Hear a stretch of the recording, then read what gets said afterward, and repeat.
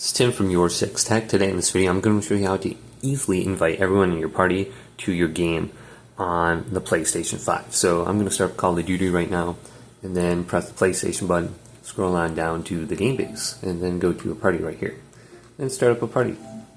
Choose open or closed, but once you have everyone in the party with you, there is one little easy setting you have to select. Just scroll on over to this.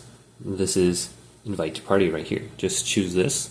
And if you have other people in your party with you, you'll be able to select the game that you want to go ahead and play. And that will send out one invite for everyone.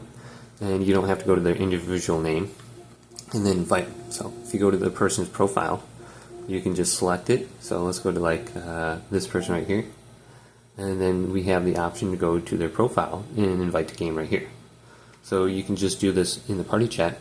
It's going to look very similar to this.